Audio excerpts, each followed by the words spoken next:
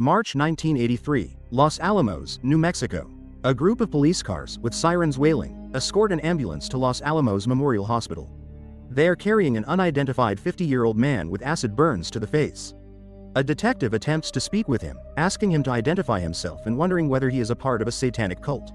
He gets no reply. A nurse calls him to the front desk to take a telephone call from the receptionist in the lobby, who reports that the man's daughter is asking about him. Hearing a sudden change in the beeping of his respirator, the nurse returns to the man's room and screams. The man has jumped out of his 10th floor window to his death, leaving only a note that reads, 2 weeks earlier, 12-year-old Owen is sitting alone in the snow-covered courtyard of his apartment building, singing to himself until his mother calls him for dinner. Owen's parents are in the process of a nasty divorce, and Owen is often left to eat alone and amuse himself by playing alone in his room. One evening, he notices a girl about his age and her father moving into the apartment next door to his. Oddly, she is wearing no shoes. The next day at school, Owen is picked on as usual by 3 older boys, Kenny and his friends Mark and Donald. Out of fear, wimpy Owen doesn't fight back, even though they give him a wedgie, causing him to urinate on himself. That evening, as he sits in the courtyard rehearsing knife attacks on his tormentors, he notices the new girl, Abby, watching him. She's not very friendly and tells him right off that they can't be friends. Not long afterward, her father walks through the courtyard. It is revealed to the viewers, and what Owen doesn't know, is that he is not Abby's father. He is her, Renfield, and Abby is a vampire. It is his job to bring Abby fresh blood, which he gets by killing other humans. First, he stalks them, then renders them unconscious, then he strings them up by the feet, slits their jugular veins, and catches the blood in a jug. But afterward, he trips in the snow, spilling the blood on the ground. The blood is drained on the road and father sees the police car arriving. He picks up the remaining blood and runs. Owen heard them talking and the father telling Abby he is tied and can't do it anymore. Consequently, Abby is beginning to get hungry and annoyed. The next evening, Abby and Owen run into each other again in the courtyard. Once again, he notices that Abby is not wearing shoes. What's more, her stomach is growling fiercely, and she smells bad. Still, Owen shares with her his Rubik's Cube and shows her how to work it. After Owen has gone inside, Abby goes hunting. She waits in the shadows under a bridge. When a man walks by, she feigns falling and asks him to help her. The man picks her up, intending to carry her to her home. Suddenly Abby latches onto him and bites his neck. Father is livid when Abby tells him what she has done, but he dutifully cleans it up by dumping the victim's body into a small lake. The next morning as he leaves for school, Owen finds his Rubik's Cube in the courtyard, completely solved. That evening, Abby is waiting for him in the courtyard. This time, she is more friendly and takes the time to explain to Owen how she went about solving the puzzle. She also smells better, but oddly, she cannot remember her birth date when Owen asks. Since Abby doesn't know her birth date, she doesn't celebrate her birthdays and gets no presents, so Owen offers her the Rubik's Cube. The next day, while the class is supposed to be watching Romeo and Juliet, Owen is busy copying the symbols for Morse code. He is later confronted in the lavatory by Kenny, Mark, and Donald. Kenny asks what he was working on during class. When Owen refuses to show him, Kenny hits Owen with a metal antenna, raising a gash on his left cheek. Owen later tells his distant and non-attentive mother at dinner that he fell during recess. After dinner, Owen meets with Abby as usual in the apartment courtyard. When she sees the band-aid on Owen's cheek, he tells her the truth about what happened. She warns him that he must hit them back hard and then they'll stop. If they don't stop, Abby promises to help him. Owen shares with Abby the Morse code that he copied. That night, they practice tapping on the wall that separates their apartments. The next day at school, Owen signs up for the weightlifting program. Later, he takes Abby to an arcade and to play Ms. Pac-Man. At first, she refuses, then she tries one. When Owen finds her heaving on the sidewalk, he hugs her. Abby asks him whether or not he would still like her if she wasn't a girl. As the friendship between Owen and Abby deepens, father starts feeling jealous. He tries again to obtain blood for Abby. This time he chooses to hide in the backseat of a student's car and attack him on the road. His plan is foiled, however, when Jet's friend Greg asks for a lift. When Jet stops for gas, father attacks Greg and drives off. The struggling boy causes them to go over an embankment and turn upside down, pinning father under the car and killing Greg.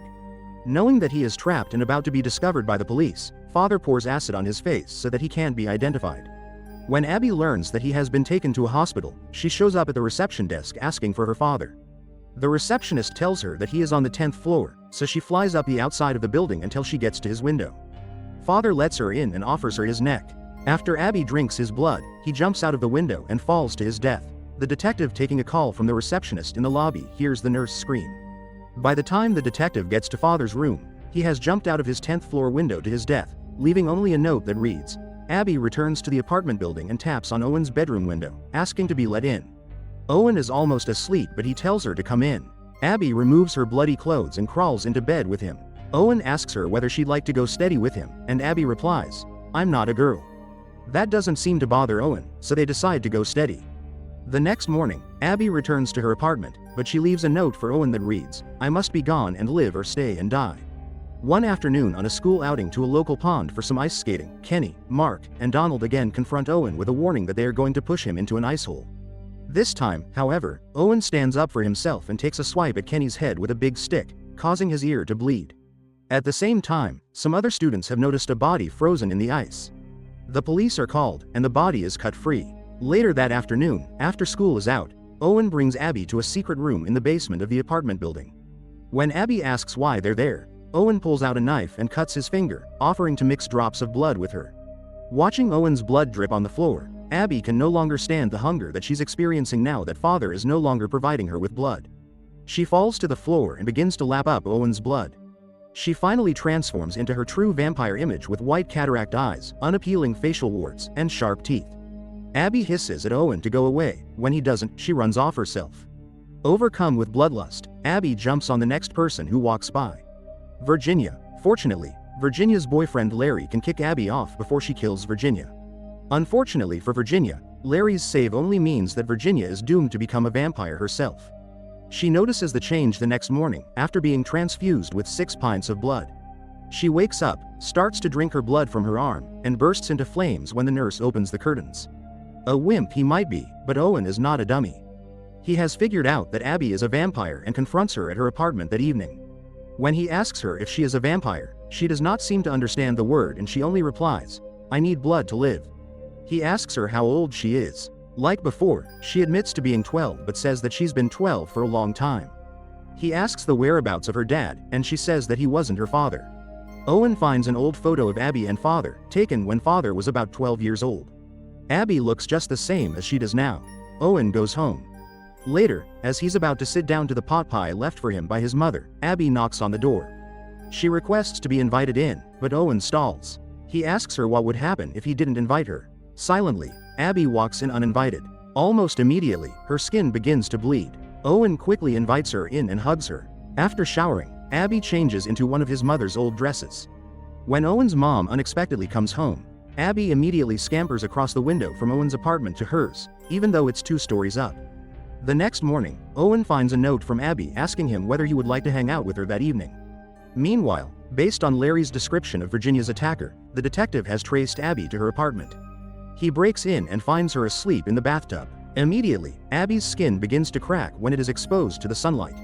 Owen screams, "No," giving Abby sufficient time to jump on the detective and drink his blood. The detective reaches out to Owen for help, but Owen closes the bathroom door and leaves him to his fate.